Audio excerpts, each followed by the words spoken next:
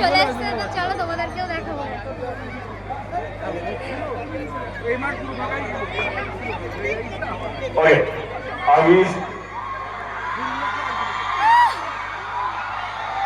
Cameraman তোমরা সামনে দিয়ে নিচু হয়ে যাও, ক্যামেরাম্যান তোমরা দাঁড়িও না। আস্তে আস্তে বলেন কেমন আছেন?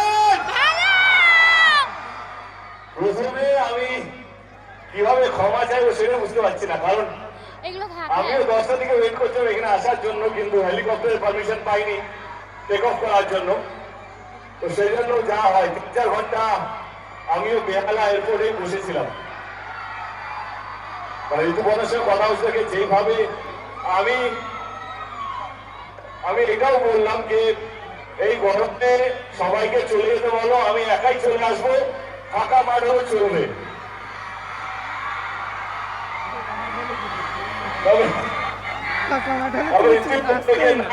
কেউ যেতে চাইছে না, কিন্তু এই গরমে